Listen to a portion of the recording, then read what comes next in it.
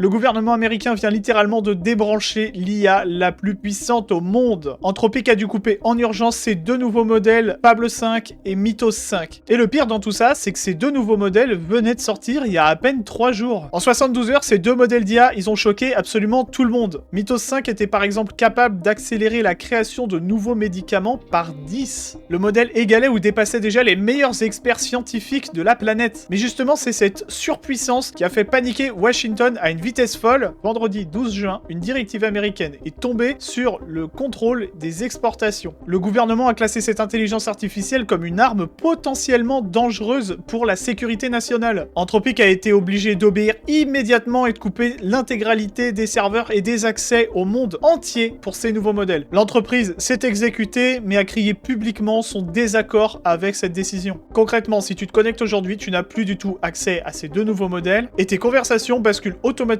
vers les anciens modèles Opus 4.8. On vient de basculer dans une ère où un gouvernement peut décider du jour au lendemain d'éteindre un outil technologique pour le monde entier. Est-ce qu'un État doit avoir le droit de couper l'accès à une intelligence artificielle si cette dernière devient trop intelligente? C'est la question que je vous pose aujourd'hui dans les commentaires. N'hésitez pas à vous abonner, liker, partager cette vidéo à quelqu'un que ça peut intéresser. Moi je vous dis à demain pour le récap de la semaine.